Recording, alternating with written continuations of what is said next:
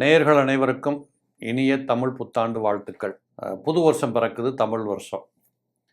இந்த தமிழ் வருடம் புது வருடம் என்பது ஒவ்வொரு வருஷமும் பிறக்குது. நாமளும் அதற்கு பலன் சொல்லுகிறோம். நம்ம மக்களுடைய எதிர்பார்ப்புகளும் வித்தியாசமான முறையில் மாறிக்கிட்டே இருக்கு.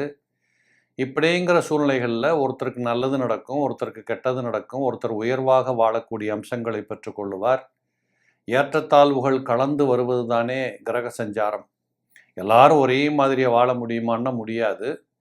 இப்படிப்பட்ட பலாபலன்களில் யாருக்கு ஏற்றம் இறக்கம் தாழ்வுகள் இப்படிங்கிறத எப்படி பார்த்துக்கலான்னா ஒவ்வொரு வருஷப்பரப்பன்னைக்கு இல்லை கிரகங்களின் மாற்றங்கள் நடக்கின்ற போது இதை வைத்து நாம் சொல்லுவது உண்டு. ரிஷபராசி நேயர்களே, ரிஷபராசி நேயர்களை பொறுத்தளவு இந்த புது வருடம் உங்களுக்கு ரொம்ப பிரமாதமாக எதையும் சாதித்து வெற்றி பெற முடியுங்கிற அமைப்பில் எல்லா கிரகங்களும் உங்களுக்கு சாதகமாக இருக்கக்கூடிய ஒரு வருடம். ஏனென்றால் ராசிக்கு 11ஆம் இடத்துல போய் செவ்வாய், புதன், சுக்கிரன் 3 கிரகங்கள் வீற்றிருக்கிறார்கள். இந்த புதனை பொறுத்தளவு நீச்சம் என்றாலும் கூட ஒரு பக்கத்தில் பரிவர்த்தனை யோகம் பெற்றிருக்கக்கூடிய அமைப்பு பெற்ற காரணத்தால் வீட்டுக்குள்ளே நடக்க வேண்டிய சுப செய்திகள், சுபகாரியங்கள், கல்யாண விஷயங்கள், பொருளாதாரத்தை மேம்படுத்துவதற்காக நாம் காத்திருந்து, உதாரணத்துக்கு ஒரு ஷேர் மார்க்கெட்டில் காசு போட்டிருக்கிறேன், இல்லை நான் ஒரு புது தொழில் பண்ணணும்னு ஆரம்பிக்க போகிறேன், இல்லை ரொம்ப கால ஒரு கனவு நான் வெளிநாட்டில் போய் வேலை பார்க்கணும், இப்படி என்று உங்களுக்கு தேவைப்படுகின்ற விதத்தில் தேவைப்படுகின்ற அனைத்து காரியங்களும் மிக கனகச்சிதமாக கிடைக்கக்கூடிய வாய்ப்புகள் உண்டு. இதே போல் இந்த வருஷம் பிறக்கிற போது பார்த்தீங்கன்னா 2ஆம் இடத்துல குரு இருப்பார். நிறைய குடும்பங்களில் பார்த்தீங்கன்னா கொஞ்சம் வாக்குவாதங்கள், ஒத்துப்போக முடியாத ஒரு சூழல், எதை பேசினாலும் ஒரு குறுக்க மறுக்க 2 பேர் பேசுகிறாங்க, இப்படிங்கிற மாதிரி தகராறு பிடிச்ச வாதம் பிடிச்ச ஒரு காலமாக இருந்ததெல்லாம் போய் ஜூன் மாதம் 1ஆம் தேதியிலிருந்து பார்த்தீங்கன்னா அக்டோபர் 30ஆம் தேதி வரைக்கும் குரு பகவான் உங்களுக்கு 3ஆம் இடத்துல போய் உச்சம் பெறுகிறார். அப்போ 3ஆம் இடத்துல உச்சம் பெறுகிற போது அவர் அங்கிருந்து கொண்டு உங்களுடைய குடும்பஸ்தானம் அல்லது களத்திரஸ்தானம்னு சொல்லக்கூடிய கல்யாண வீட்டை பார்க்கின்றார். திடீர் திருமணங்கள் தேடி வரக்கூடிய வாய்ப்புகள் வரும். நீண்ட காலமாக தள்ளி போன விஷயம் பூரா கடகடன்னு உங்களுக்கு கைகூடி வரக்கூடியதாக இருக்குது. கூட்டு தொழில் செய்யக்கூடியவர்களுக்கு அற்புதமான லாபங்கள் கிடைக்கும். தொட்டகாரியம் துலங்கும், நினைத்தது நடக்கும், பொருளாதாரத்தில் வெற்றி கிடைக்கும், பணம் ஈஸியாக சம்பாதிக்கலாம், கொஞ்சம் செலவுகளும் வரும். இப்படிப்பட்ட அனைத்து தன்மைகளும் உங்களுக்கு சிறப்பாக இருக்கிறத பார்க்கலாம். இதேபோல் ராசியின் 11ஆம் இடத்தை குரு பார்க்கின்ற காரணத்தால் கண்டிப்பாக வெகுமதியான நல்ல லாபங்களை பெற்றுக்கொள்ள முடியும். அட்டமாதிபதி 3ஆம் இடத்தில் உச்சம் பெறுவது கெட்டவன் கெட்டிடல் கிட்டிடும் ராஜயோகம்னு பேர். அதே நேரத்தில் அவருடைய பார்வை என்பது பலத்தை கொடுக்கக்கூடியது. நிறைய லாபங்கள் கிடைக்கும், பொருளாதாரம் நல்லபடியாக டெவலப் ஆகும்.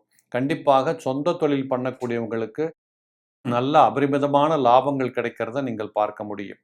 இதே போல் பார்த்தீங்கன்னா இதே குரு பகவான் இந்த வருஷத்தில் 3 இடங்களுக்கு மாறுகிறார். அதில் 30ஆம் தேதி அக்டோபர் மாதத்துக்கு அப்புறம் அவர் சிம்மத்துக்கு செல்லுவார். சிம்மத்தில் போய் 24th ஜனவரி வரைக்கும் சிம்மத்தில் இருக்கக்கூடிய காட்சிகள் இருக்குது. அப்போ அந்த சிம்மத்தில் இருந்து கொண்டு உங்களுடைய 12ஆம் இடத்தை பார்க்கின்றார். செலவுகள் குறையும், திட்டமிட்டபடி காரியத்தை நடத்துகின்ற வாய்ப்புகள் கிடைக்கும். யாரென்று தெரியாத மக்களுக்கு மத்தியில் உங்களுக்கு புகழ், கௌரவம், சுகம், அந்தஸ்து கிடைக்கும்.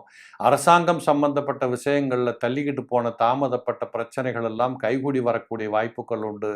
இப்படி அநேக நல்ல செய்திகளை உங்களுக்கு ராசிக்கு 12ஆம் இடத்தை பார்க்கின்ற குரு பகவான் கொடுத்து கொண்டிருப்பார்.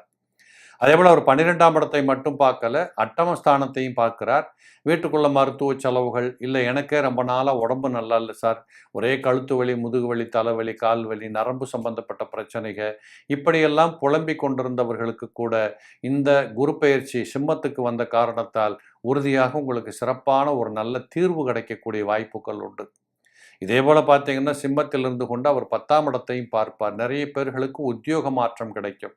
எப்போ நான் சொல்லுகிற 31 அக்டோபர்லேருந்து 24th ஜனவரி வரைக்கும், இந்த அக்டோபருக்கு மேலே ஒரு 3 மாதங்களில் நீங்கள் இடத்த மாற்றணும், உத்தியோகத்தை மாற்றணும்னு நீங்கள் நினச்சிக்கிட்டு இருந்திருக்கீங்கன்னா கண்டிப்பாக இந்த காலகட்டத்தில் நீங்கள் இன்டர்வியூ அட்டன் பண்ணலாம், அல்லது இந்த காலகட்டத்தில் நீங்கள் பேப்பர் போடலாம், இல்லை இந்த காலகட்டத்தில் நீங்கள் வேறு ஒரு துறைக்கு மாறுவதற்கு முயற்சிக்கலாம்.